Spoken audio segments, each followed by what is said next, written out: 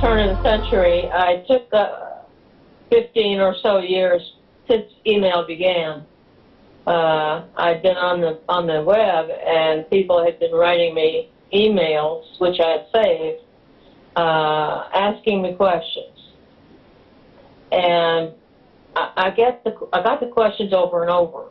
And I started thinking I should write a book of responses to these questions, because then I could just refer people to the book when they asked me, and I wouldn't have to repeat again, iterate, reiterate, reiterate.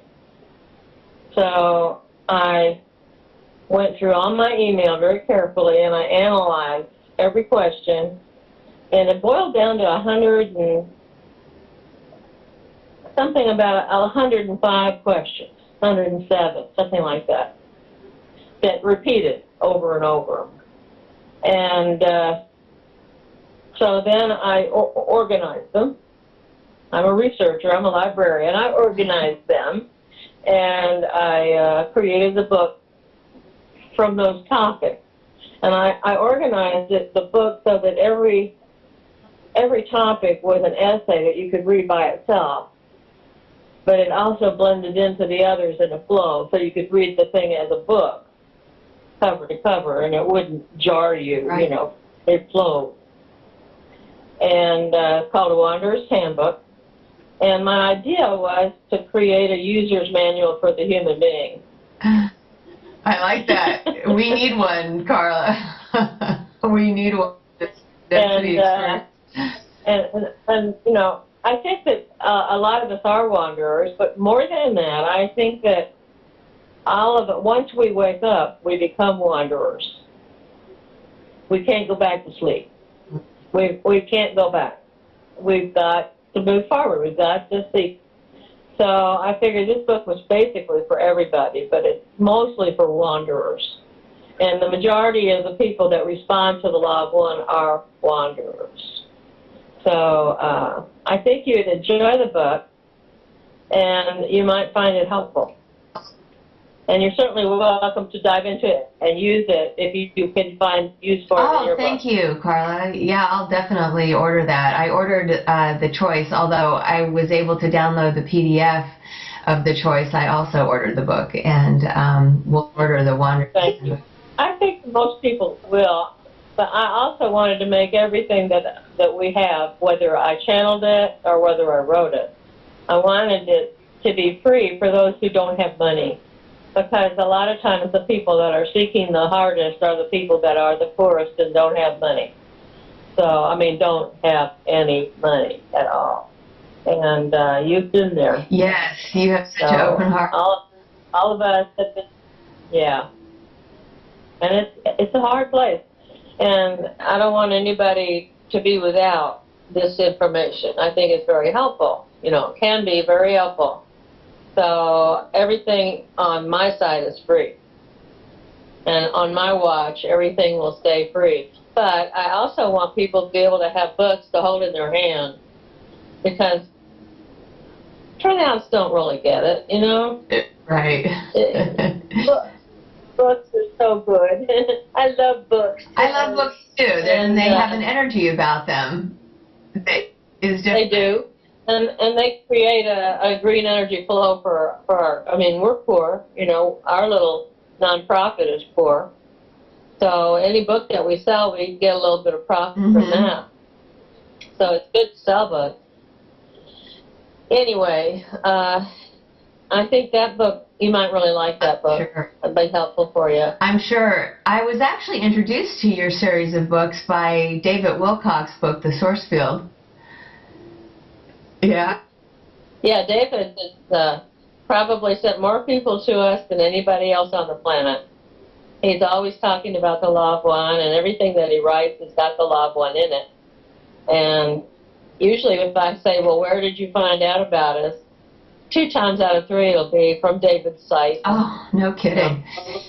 Or from one of his books, or from Edgar Cayce, the book on him being Edgar Cayce. Yeah, that book would too, right?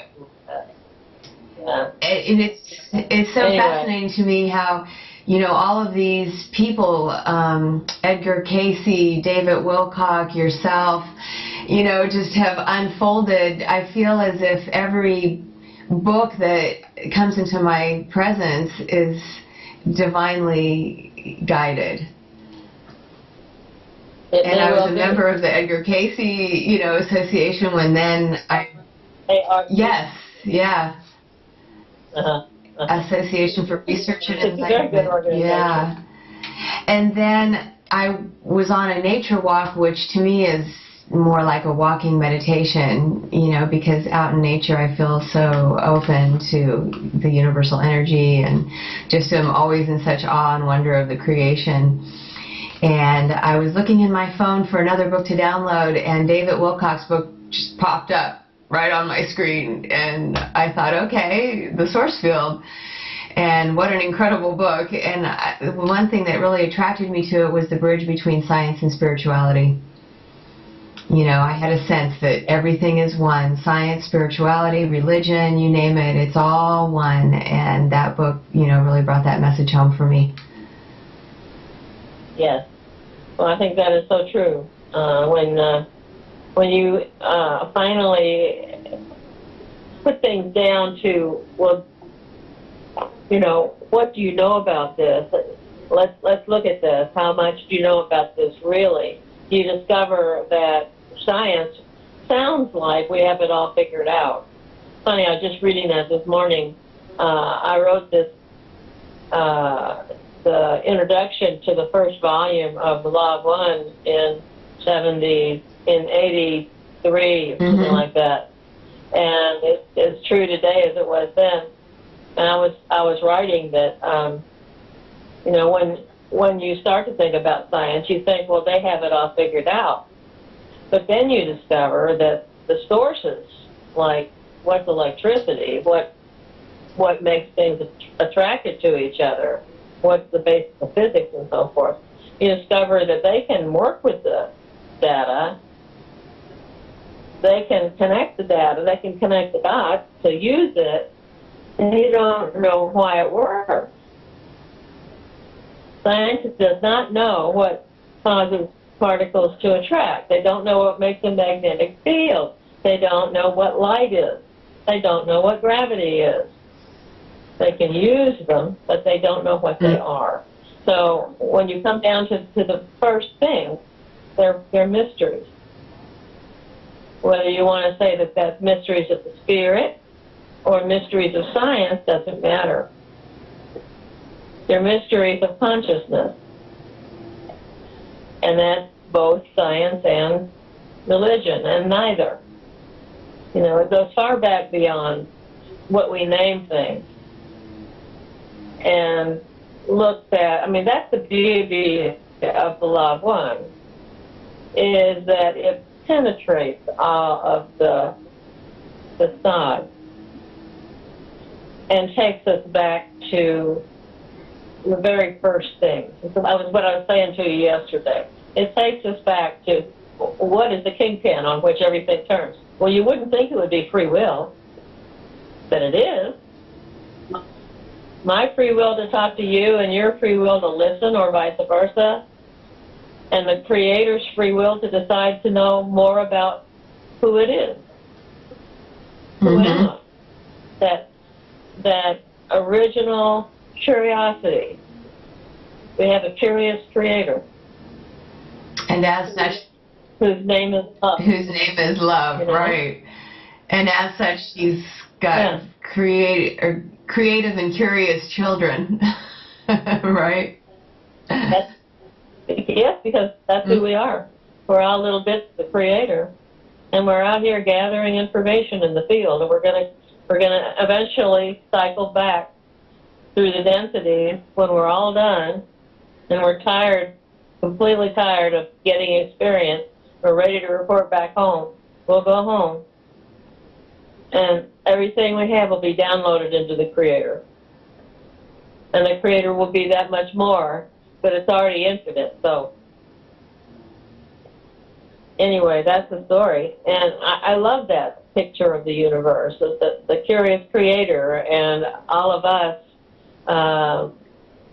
being just as curious, and yet we're bounded by the nature of creation, which is love.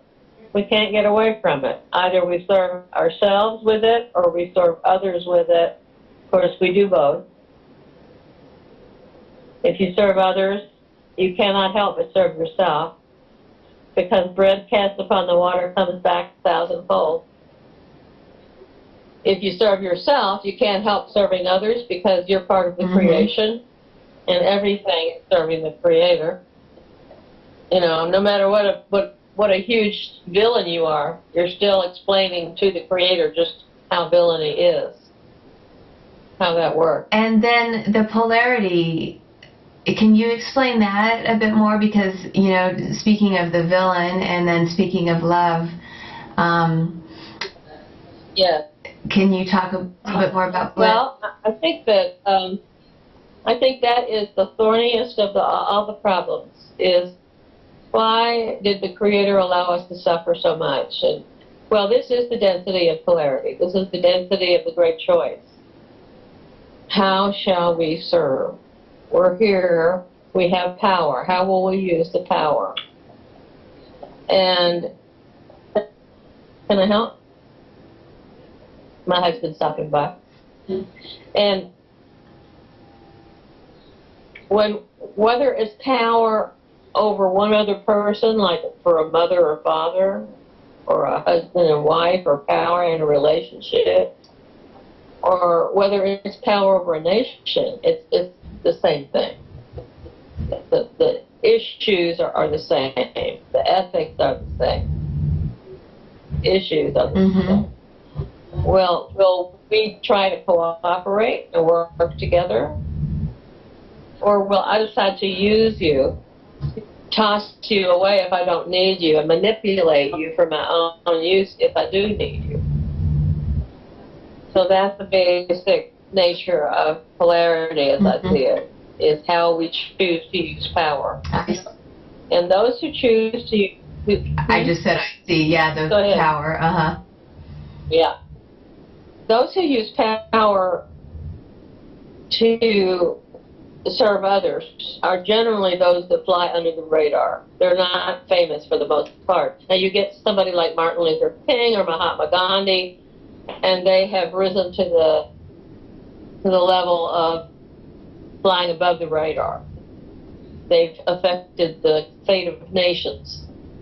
But for the most part, good people don't get a lot of power on that level because they're not interested. They have no hunger for the games that people generally play in order to amass power. They're not interested in more and more power. So they're not famous. They don't get well known. And they're, for the most part, they're everybody we know who will give you the shirt off their back, who bake cookies for bake sales and kiss their kids goodbye in the morning and glad to see them when they come home. You know, I mean, just regular people. And for the most part, they might not be smart. They might not have gone to college.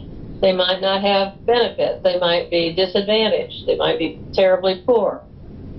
But they love people.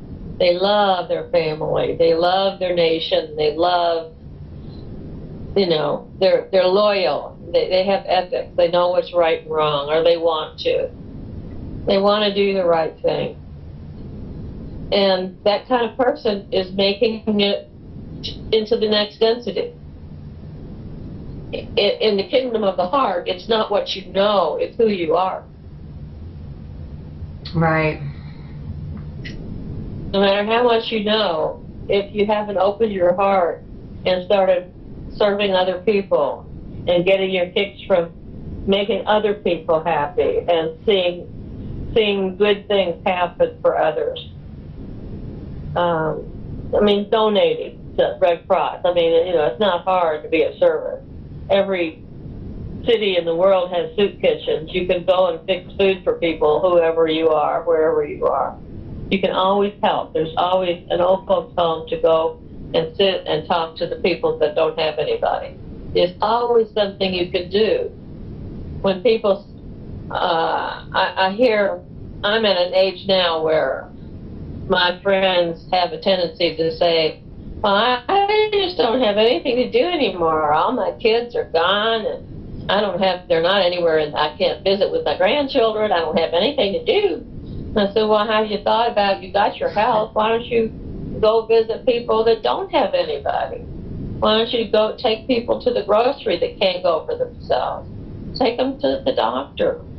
You know, well, I don't know. I don't think I really want to, I don't know people. But just find out, is there something within walking distance? You have an old folks home you can walk to. Walk over there every day. Spend a half hour, an hour, whatever you've got. You'll get to know everything real quick, You'll find out who needs your help. If you don't know what to say, offer foot massage. Everybody will take a foot massage. Exactly. You can always be of service, is what I'm saying. There's not a problem with being of service. We all basically know the fundamentals of what being of service can mean, Before you get sophisticated, is somebody hungry? Feed them. Is somebody cold? Warm them up. Somebody homeless? Get them under shelter. Right. This is not difficult. Right. I've read. So, being of service is a very basic, we really understand what it is to be of service, whether we intellectually say, well, I don't, know exactly what right and wrong is. We know it when we see it. We can smell it. And we can smell the things that are not of service. Corporations, where, you kill very competitively to get at that next rung. You know about that. You were in that very competitive, busy New York stuff for 15 years. That's tough stuff. Yeah. And people are slaughtering each other to get the next rung on the ladder. Very mean-spirited, the politics. Yeah. And there are politics everywhere. You go to church, there are politics. I mean, you can't get away from it. So, no sense being disillusioned by that, because it's just human nature. But you don't have to be part of it. I was inspired to be of service after I read a book by Ram Dass called Path of Service. And after hearing his work with hospice patients, I was inspired to join a hospice group at Kaiser Hospital, and it was quite remarkable, the events that unfolded after that. I took the hospice course, and about 4 weeks into it, I came home and my husband asked if it would be okay if his dying mother move in with us. And so the hospice group leader said that I wouldn't be able to take on a hospice patient through Kaiser as long as I had someone in my home who needed, my hospice care. So I dedicated, my energy to being there for his mother and father while she was dying from cancer. And just 2 weeks after she passed in our home, my father moved in because he had just finished chemotherapy treatment and was very, very ill from the chemo. And so then he stayed in our home and was eventually then he moved back up to Canada to be with my mother. They're Canadians. And after a year of fighting cancer, he just passed away maybe 10 days ago. And Well, my sympathy. Oh, thank you. I was able to sit by his bedside, Carla, and, help to surround him with light. And it was just so remarkable after being inspired to serve. All of these opportunities, tremendous opportunities to serve that unfolded the moment I made the decision to serve, to open myself to service. Do it. Yes. I found that. Boy, be careful what you ask for. Exactly. Huh? Isn't that the truth? And another thing that occurred was that my father, who has always claimed to be a scientist, in fact, he, if asked what his religion was, would say science. So after he almost died from the chemo treatments and moved into my home, he was aware that I was spiritually seeking, and he came down to the breakfast table one morning and said, "Bring it on. I just, faced my mortality, and I'm ready. It's time for me to open to spirituality." And I gave him David Wilcock's book, and he listened to that on audio tape. I mean, I think that's about a 14-hour audio tape, and he listened to it intensely and was incredibly moved by it, and that led me to introducing him to the Law of One books, which he read, and then the Urantia book. Oh. And in the Urantia book, he read just the part about the life and times of Jesus. And so this was right before he entered into his last couple months, and he told my sister that he saw Jesus and he was surrounded by angels. And this was about a week before he passed, and so I just felt like that was an incredible opportunity for me to present him with that material. Yes. And so it just, the synchronistic unfolding of events is profound. That is beautiful. That's incredible. Thank you for sharing that. Oh. I like to share those kind of stories, Carla, because your influence is very important in that story. Your Law of One books, and I'm so glad. I just feel so glad when you take the information and run with it the way you have. You've really worked the programs, as they say. Right. Congratulations on getting it and living it. You can't just know it. You've got to live it. It's funny. I've got to write a little preface to a new edition of the Law of One that's going to come out before Christmas, I think, pretty soon. It's the result of a volunteer spending years listening to the original tapes. His question was, well, where do the fragments fit in? And he discovered that we never had documented that. Don had done the editing all by himself. He didn't trust either Jim or me with that, and he took out everything that he thought would distract people from the message, from the basic spiritual work. He took out everything. And so when we had the fragments, we had what he took out, we just didn't have any notation of where it came from. So he re-listened to the tapes with that intention of figuring out where they fit in, which he did, But more than that, he said that there was so much, good information in the flow, in the way it all fit in, that it was important, he thought, to get it all together. And then for the scholar, there were quite a few phrases that had been missed in the original transcription, and a couple of sentences that had been missed.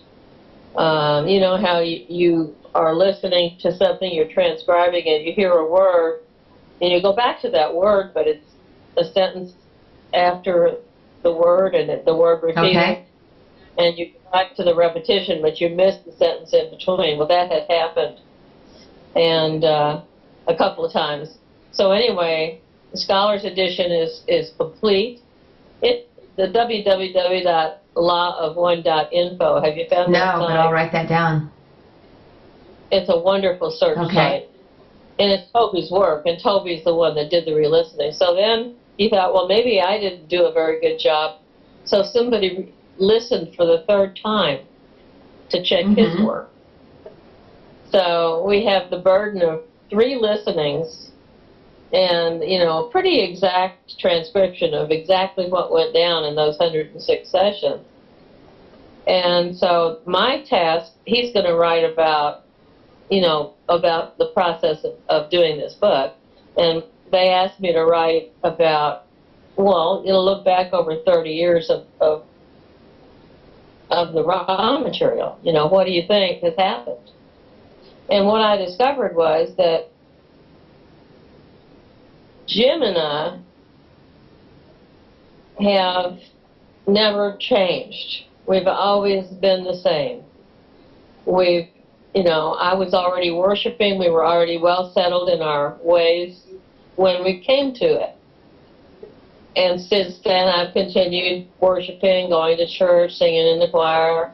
We've continued our morning offerings and our evening offerings and holding hands and saying the Lord's Prayer together before we go to bed. And, that's our life.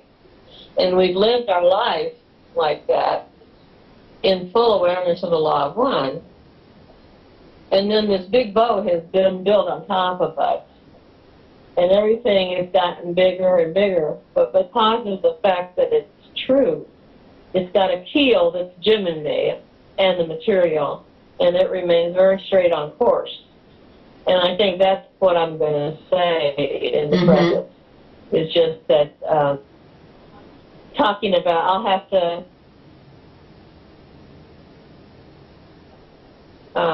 go to people in the organization now that know how to fiddle with data and find out, well, just how much bigger has it got now. But I don't have to search for the part about Jim and me, my husband and me. So anyway, I've discovered that living the law of one is far more important. It was, if Jim and I had lived the law of one, it wouldn't be the same to, the organization that it is. If we weren't still the people that we were when we determined that we were here totally to serve, we've given our lives to service, and we've totally dedicated ourselves, well, we've stayed on that path, And I think that a big part of this organization is that fidelity. And being true to who you are. So you really just live it. And whatever comes to you in your process, you go within, you pray, you ask, and then you receive guidance. And then you act on the guidance. And then that becomes real for you. And the process jumps ahead into the next step. But ahead of time, you have no idea what that's going to be.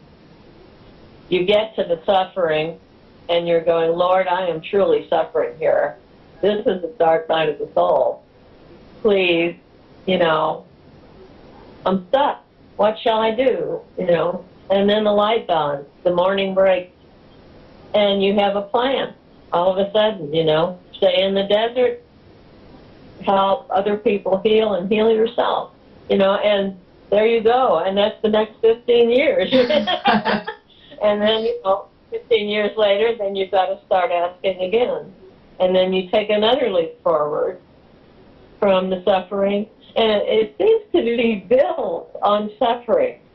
It seems to be built on these very difficult times when we have choices to make about how best to serve and how best just to go on.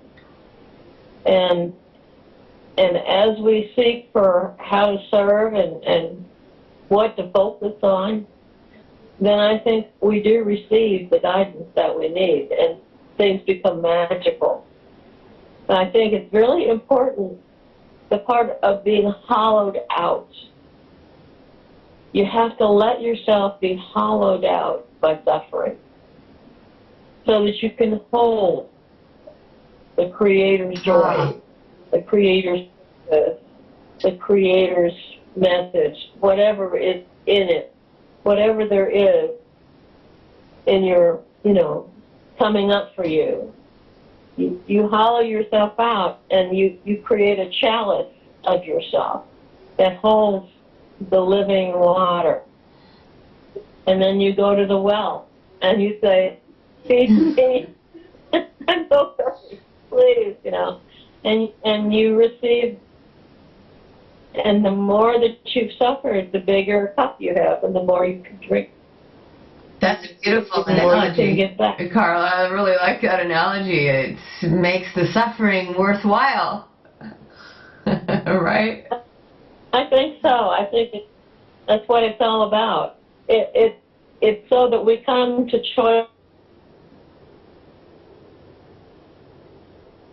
and we're forced almost into a choice, a point of choice, and then we ask, help me with this. I am totally bewildered. What shall I do? And that asking is so important. And you've done it.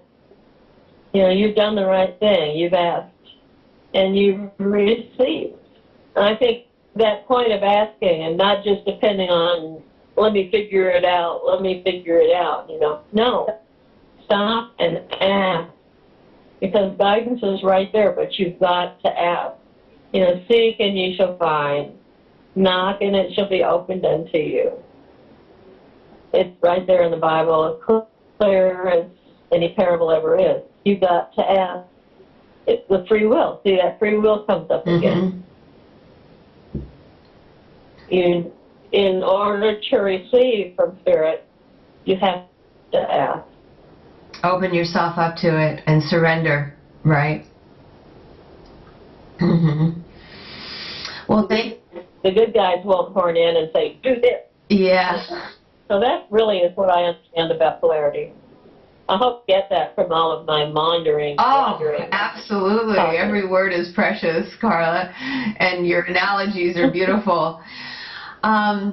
Before we go, I want to ask one last question about the Earth's shift into the fourth density. Now that we've, gone past the winter solstice of 2012, and maybe you can share with me a little bit about, the status of the Earth's energy.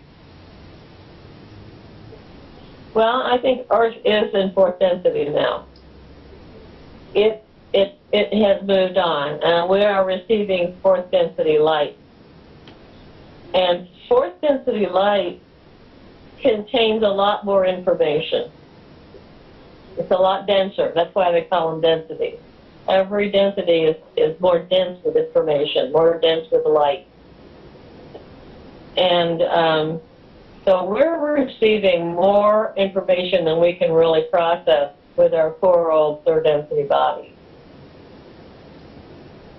And that's, I think, why a lot of people are having so much trouble all of a sudden. Because light has changed, and we are still third density.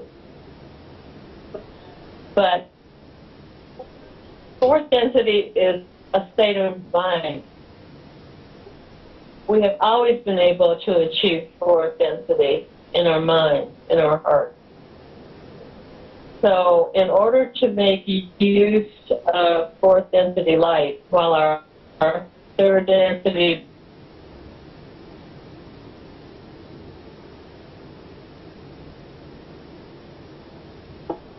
because when we go to the well, like I was talking about, and ask for enough for today, just give me enough for today to lift me up.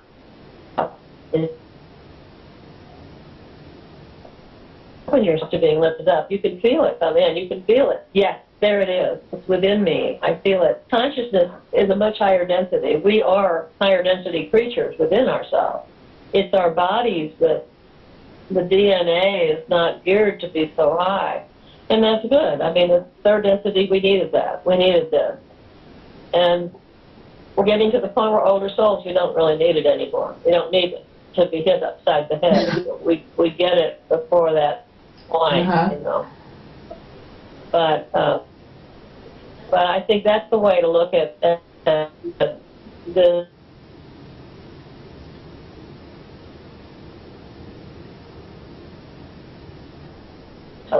look at this as an opportunity, because a lot more information from Spirit is really available. But the problem is you get so much information, and all of a sudden, like you said, my God, I wanted to serve by doing hospice, and I got 2 older people that were sick as dogs, and I had to clean up their poop and their vomit, and don't know if I was actually ready for all that. Well, That's the problem. You know, you look at a person, and not only do you see that person, and you see what's wrong with that person, quote unquote, in terms of that person's distortions being serviced to self, you realize that's me in there. She's a mirror showing me what I look like when I'm in this mood. I have a part of myself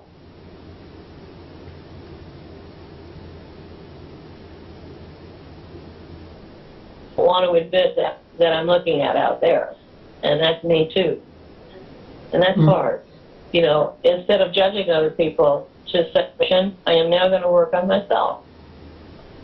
I'm not going to judge that other person. I'm going to work on myself in order to heal myself, integrate that into myself, and forgive myself for being that way. Because I'm not going to stop being that way. If we are everything, every emotion, every person, everything we meet, which we have to be, all part of the Creator, and that's one thing. If we are all one, then that means we're never going to get rid of the part that's the thief, the murderer.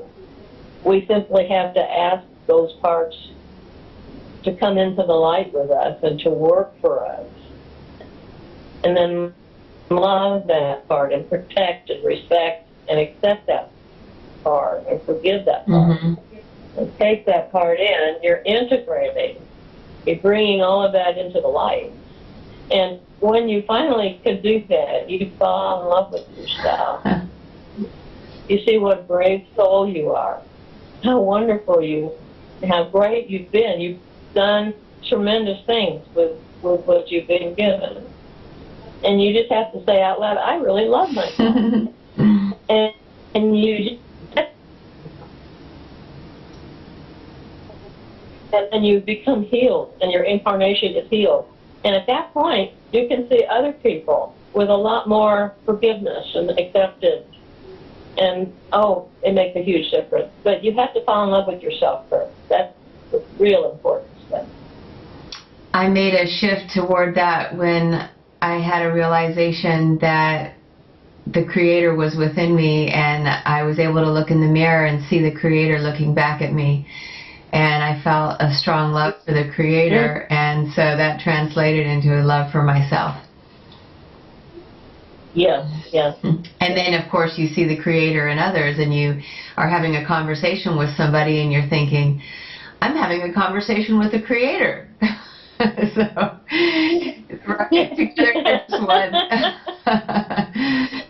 It's like, OMG. Yeah, I know. How fortunate am I? Well, this has been a remarkable exchange of love and light. Carla, I'm so blessed. Oh, it's been a joy. Thank you very much, too. And I know your book's going to be terrific. Oh, thank you. I'm going to cherish this time together for all time. And bless you, and I hope that you heal well from your most recent surgery, Carla. I wish you the very best. Thank you. God bless. Bye-bye. Cheerio.